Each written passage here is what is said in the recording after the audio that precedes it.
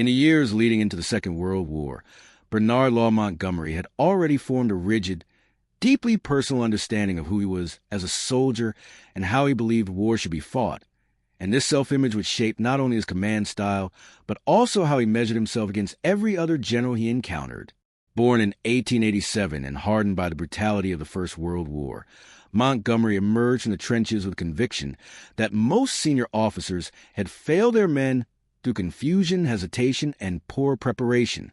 By the time Europe stood on the brink of another global conflict in the late 1930s, Montgomery believed he had learned the central lesson of modern warfare. Morale, clarity, and discipline mattered more than improvisation or heroic impulse. This belief placed him immediately at odds, at least philosophically, with commanders who relied on instinct or boldness, and it shaped how he viewed himself as the one who truly understood what soldiers needed to survive and win. Montgomery's experience in World War I left scars that were not merely physical or emotional but intellectual, shaping a doctrine that rejected chaos in favor of control. He had watched entire units disintegrate under vague orders and shifting plans, and he concluded that uncertainty was more lethal than enemy fire. As a result, Montgomery developed a reputation for meticulous preparation, relentless training, and an almost obsessive focus on readiness. When war broke out in September 1939, he saw himself not as one general among many, but as someone uniquely equipped to correct the failures of the past. In private correspondence and later recollections, Montgomery would suggest that many of his peers had learned the wrong lesson from World War I, focusing on courage without structure, whereas he believed structure itself was the greatest form of courage a commander could offer his men. As the British Army struggled through the early years of World War II, particularly during the collapse in France in 1940, Montgomery's self-perception hardened further. He viewed the defeat not simply as a failure of material strength, but as proof that leadership culture mattered more than equipment.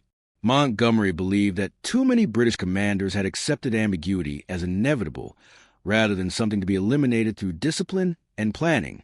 During the evacuation at Dunkirk, while Britain celebrated survival, Montgomery privately reflected that survival alone was not victory, and that unless leadership fundamentally changed, future campaigns would end the same way. In these moments, Montgomery began to see himself as a corrective force within the Allied command structure, someone who could restore confidence by removing doubt from the battlefield. Montgomery's rise to prominence in North Africa in 1942 further reinforced his belief that his approach was superior to others.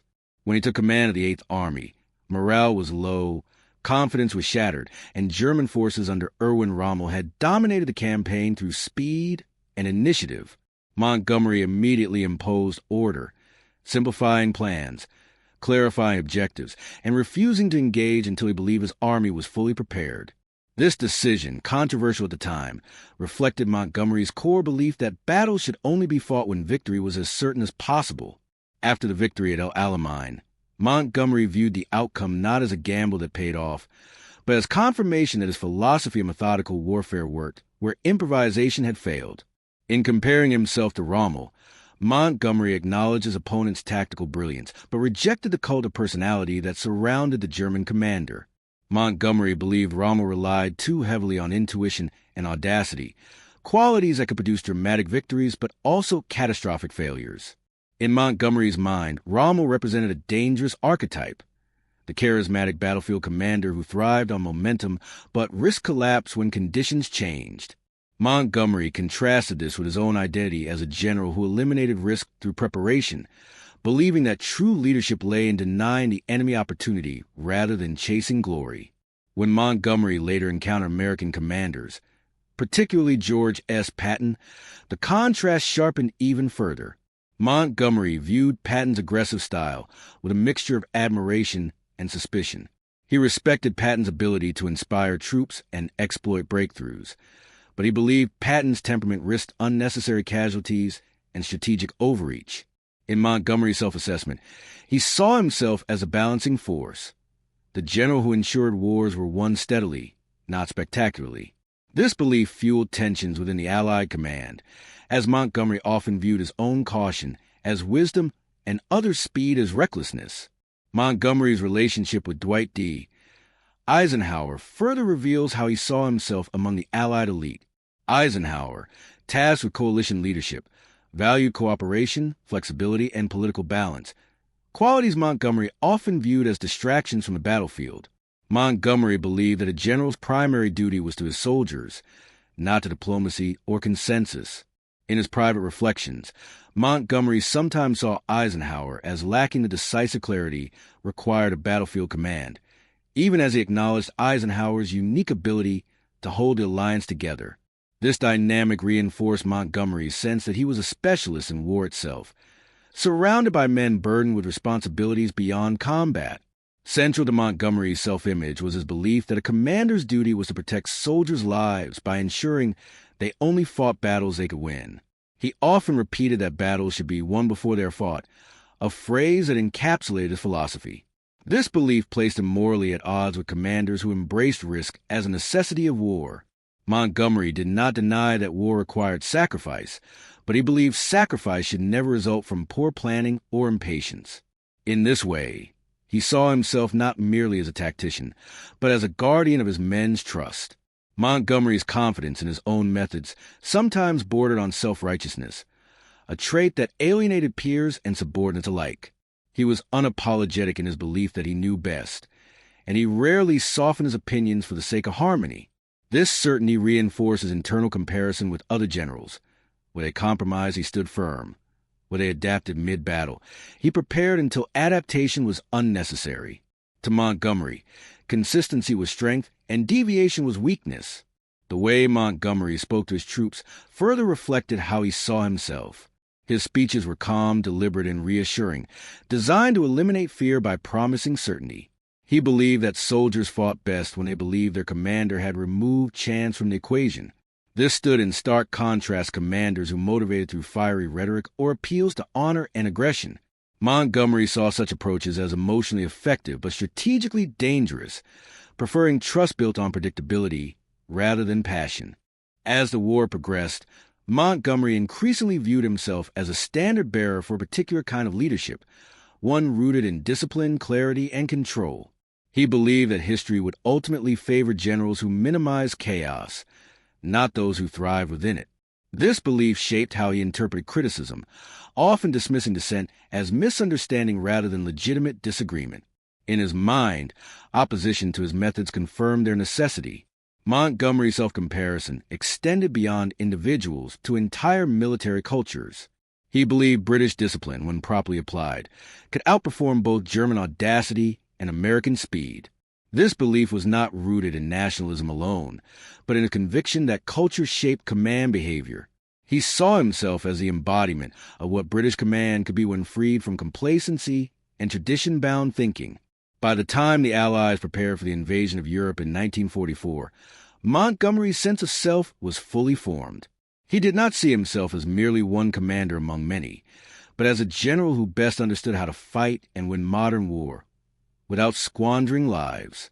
This self-image would both elevate him and isolate him, shaping the alliances, rivalries, and controversies that defined his wartime legacy. At its core, Montgomery's view of himself compared to other generals was not simply about ego, but about responsibility. He believed that command was a moral burden as much as a tactical one, and that the measure of a general lay not in speed or spectacle, but in whether his soldiers trusted him with their lives. This belief would guide every major decision he made, and would place him in constant comparison with men who believed war demanded something very different. By early 1943, Montgomery had fully assumed command of the British Eighth Army, stationed in North Africa, and his diary and personal notes reveal how he contrasted himself constantly with the generals around him. He believed that leadership was measured not in victories alone, but in the clarity with which orders were given, the preparation undertaken, and the care taken for the men under command. The remnant of the army he inherited were demoralized, scattered, and ill-prepared for the coming confrontation with Rommel's Afrika Korps, which remained a fearsome adversary despite previous setbacks. Montgomery's reflections underscore his obsession with meticulous planning. He spent hours analyzing maps, studying fortifications, calculating supply routes, and imagining every possible scenario. For him, a general's superiority lay in foresight and organization, not improvisation or raw audacity. He constantly measured himself against Rommel, whom he described privately as brilliant, but dangerously improvisational. capable of exploiting weakness but vulnerable to systematic pressure. In one particularly revealing diary entry from January 1943, Montgomery wrote about the Battle of El Alamein, which was then in its earliest stages. He acknowledged Rommel's genius openly, noting the speed, boldness, and adaptability of the German commander. Yet he juxtaposed that acknowledgement with his own methodical approach, arguing that Rommel's brilliance could be contained through preparation, coordination, and discipline. He meticulously recorded every decision, from artillery placement to infantry rotation schedules, emphasizing that while Rommel acted on instinct, he acted on principle, logic, and precise timing. Montgomery's confidence in his own systematic methods created a lens through which he evaluated all other generals. If they did not anticipate contingencies, they were, in his mind, inherently flawed. Montgomery also contrasted himself with his immediate superiors, such as General Sir Harold Alexander, who commanded the 18th Army Group. While Alexander possessed strategic vision and political acumen, Montgomery's diaries reveal a quiet dissatisfaction with what he saw as Alexander's reliance on delegation and consensus. Montgomery believed that battlefield command required personal immersion, constant observation, and hands-on decision-making, not the delegation of judgment to staff officers alone. He recorded private frustrations of the delays in orders or lack of urgency in communications, often noting that other generals lacked the same relentless attention to detail that he demanded of himself. This perspective reinforced Montgomery's self-image as someone uniquely suited to the challenges of modern mechanized warfare. The diaries also detail Montgomery's interactions with American commanders during the North African campaign, particularly with Lieutenant General George S. Patton. Montgomery admired Patton's energy and initiative, but also critiqued his impulsiveness, often noting in long, analytical entries how Patton's aggressiveness could result in unnecessary losses. Montgomery's self-assessment was explicit. He viewed himself as a tempered, methodical counterpart who could channel aggression into disciplined action, whereas Patton relied on instinct and charisma to push his forces forward. Montgomery's entries repeatedly suggest that he measured himself not just against enemy commanders, but against every peer who held authority, and that he derived a sense of professional identity from these contrasts. Morale was another dimension where Montgomery defined himself as superior. He believed that the general's responsibility extended beyond strategic and tactical considerations to the emotional and psychological state of the troops. In diary passages dated February 1943, he described personally visiting frontline units, speaking to officers, and even walking among soldiers in the desert to observe their demeanor. He compared this approach with other generals, whom he believed were either too remote or too preoccupied with abstract strategy to notice the small details that determine combat effectiveness. Montgomery's writing emphasizes a conviction that command required both intellectual rigor and a visible, reassuring presence, a combination that, in his mind, set him apart from his peers. Montgomery's meticulous planning style also led to frequent clashes with the War Office and other high command figures, whom he often described with thinly veiled disdain in private notes. He saw political and bureaucratic interference as evidence of a lack of understanding of what real warfare required. In several diary entries from March 1943, he recorded his frustrations with supply bottlenecks and delays in receiving reinforcements, attributing these to incompetence or lack of foresight among senior leadership. Montgomery's reflections illustrate his growing belief that his approach, disciplined, structured, and detail-oriented, was not only superior to enemy methods, but also to many of his own nation's leaders. Patton, Rommel, and even Eisenhower appear repeatedly in Montgomery's writings as points of comparison, each representing a different model of command. Rommel embodied audacity and improvisation. Patton embodied speed and charisma. Eisenhower embodied coalition management and strategic compromise. Against each of these figures, Montgomery positioned himself as a rational, patient, and thorough commander, a general who sought to eliminate chance and risk rather than rely on instinct. His diaries from this period suggest a belief that while others might achieve spectacular victories, he would achieve sustainable, controlled success that preserved lives and resources, a philosophy he repeatedly touted as morally and militarily superior. During the preparation for the Second Battle of El Alamein, Montgomery's diary entries expand into multi-page reflections on how he visualized victory and measured his own effectiveness. He recorded every aspect of the upcoming assault, artillery barges, troop rotations, supply timing, and even contingency plans for adverse weather. In his mind, the careful orchestration of these details contrasted sharply with Rommel's reliance on audacious maneuvers and Patton's aggressive but sometimes reckless thrusts. Montgomery often described sleepless nights spent running simulations and imagining every possible German response, concluding that preparedness, not brilliance, would secure the victory. He recorded that while other generals relied on instinct, he relied on exhaustive calculation and human psychology. Montgomery's perception of himself also extended to his role in history. He wrote with foresight that historians would one day judge his methods and achievements, and he often imagined his legacy in contrast with the men he admired or criticized. His diary entries are filled with philosophical reflections on leadership, duty, and moral responsibility, demonstrating that he considered his command not merely as a wartime function, but as a moral enterprise. To Montgomery, leadership was a lens through which history would view both action and consequence, and he consistently framed himself as a steward of both. As the Eighth Army moved into position, Montgomery's diary expands on his thoughts regarding timing and coordination. He meticulously described the interplay of infantry, armor, artillery, and air support, noting how each element relied on precision and discipline. He contrasted this approach with what he perceived as other generals' tendency to allow improvisation, which he believed increased uncertainty and risked unnecessary casualties. His reflections repeatedly assert that methodical planning and exact timing were not merely tactical preferences, but moral imperatives. To him, every avoided death validated his approach. Montgomery's writings also emphasize his personal temperament and resilience as factors that differentiated him from other commanders. He often notes the necessity of maintaining calm under pressure, projecting confidence even when facing setbacks, and communicating decisively to his troops. In comparing himself to other generals, he repeatedly emphasizes that emotional steadiness was as critical as tactical brilliance, suggesting that his own temperament allowed him to maintain clarity where others might panic or overreact. These reflections serve as both a professional assessment and a personal mantra, guiding him through the immense pressures of campaign planning. Finally, Montgomery's diary entries conclude Part 2 with a focus on the human cost of command. He writes extensively about the responsibility he bore for thousands of men and how this responsibility shaped his self-perception. He compared himself to commanders who took risks with little regard for lives under their control, portraying himself as a general whose meticulous approach balanced strategic necessity with moral duty.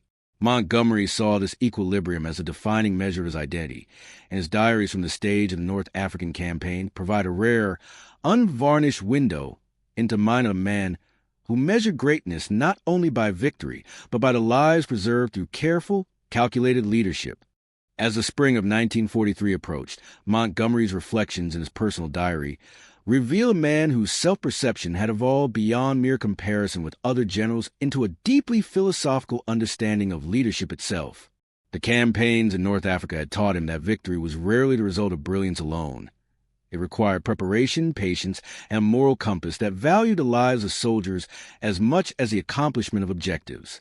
In lengthy diary entries, Montgomery dissected every decision, every victory, and every setback, constantly weighing his actions against what he perceived as the flaws or virtues of other commanders. He contrasted himself with Rommel, whose audacity he admired but feared could not withstand systematic pressure, and with Patton, whose speed and aggression he respected but often saw as endangering lives. Montgomery's self-assessment was meticulous. He recorded how his insistence on methodical planning and clear communication had prevented disasters that less disciplined generals might have faced. The diary entries from this period also detail Montgomery's approach to coalition command, which added layers of complexity to his self-comparison. Working alongside American, Canadian, and other Allied commanders, he often felt frustrated by what he considered differences in training, preparation, and temperament. Yet he recognized that coordination across nationalities demanded flexibility, diplomacy, and patience, skills he often downplayed in public but meticulously documented in private. Montgomery saw himself as uniquely capable of balancing these demands without compromising his principles, believing that his ability to maintain discipline and clarity within multinational forces distinguished him from others who might have struggled with the same challenge. Montgomery's reflections during the Tunisian campaign reveal a tension between caution and opportunity. He believed in calculated risk, but only when all variables were accounted for. His diary entries from April 1943 describe nights spent reviewing maps and intelligence reports, imagining every possible German maneuver and countermaneuver. He contrasted this preparation with what he perceived as Rommel's reliance on intuition, which could bring spectacular results, but also catastrophic failures if assumptions proved wrong. Montgomery noted that his planning not only reduced casualties, but also increased the likelihood of operational success, reinforcing his belief that methodical leadership was both morally and militarily superior. During this period, Montgomery's diary also emphasizes the psychological aspect of command. He frequently wrote about morale, discipline, and the effect of a commander's behavior on soldiers' confidence. Visiting frontline units, observing performance of junior officers, and engaging personally with soldiers, he measured himself against other generals who he felt neglected these human factors. Montgomery wrote at length about how leadership extended beyond issuing orders. It involved shaping the environment, instilling confidence, and providing a sense of certainty even in the chaos of battle. His diary conveys a profound understanding that leadership is as much about perception and trust as it is about strategy. Montgomery's view of himself was further complicated by public perception and media attention. Following the victory at El Alamein, he became a symbol of British resilience and competence. In diary entries from late 1942 and early 1943, Montgomery reflects on how other generals, both Allied and Axis, were often judged solely by victories or losses, whereas he believed true assessment should consider preparation, foresight, and ethical conduct. He measured himself not just against immediate peers, but against an ideal of historical judgment, imagining how future generations would interpret his decisions. These reflections reveal a self-awareness rarely seen in commanders. Montgomery did not merely want to win. He wanted to lead in a way that history would regard as exemplary.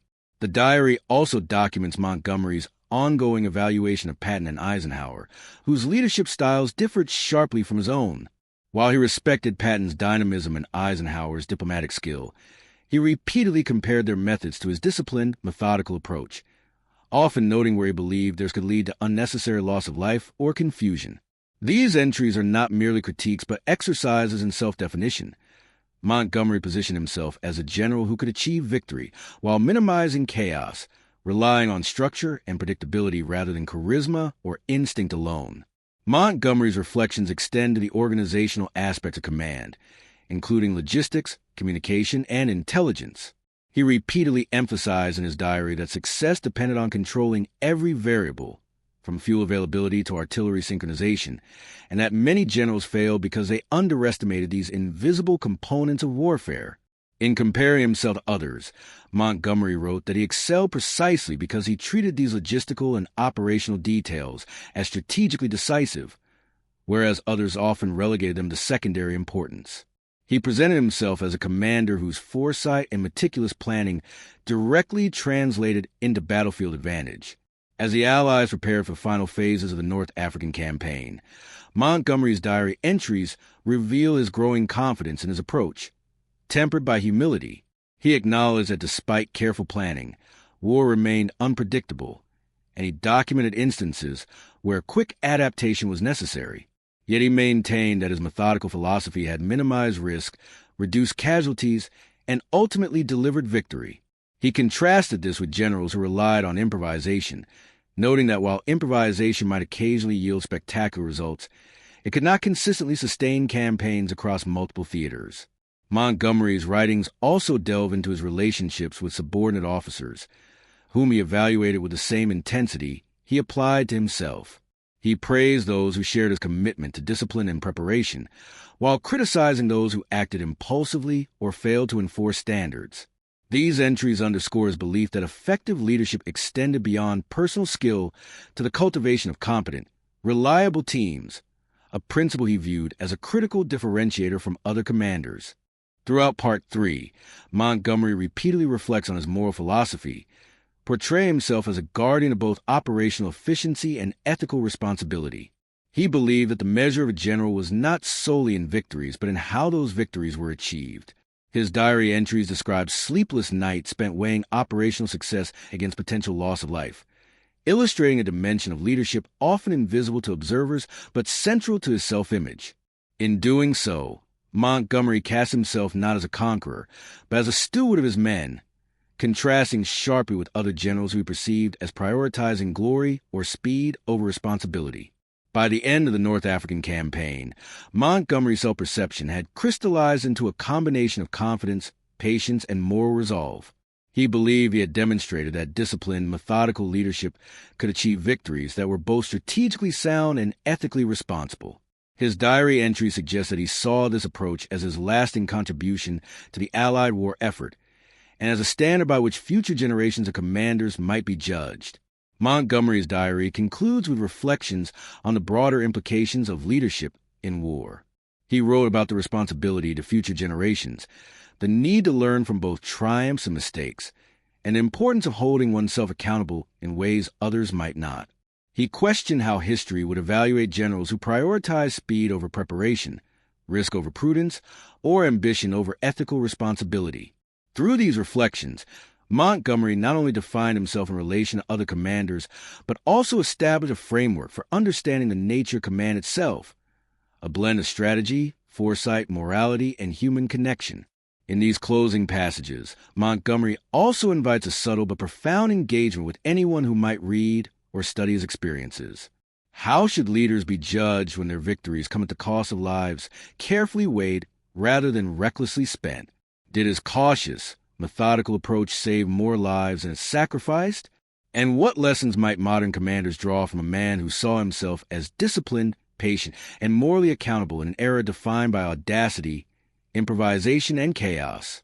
These questions, though implicit, compel the audience to reflect on the weight of leadership and the human cost of strategic decisions, making Montgomery's journey both educational and deeply personal.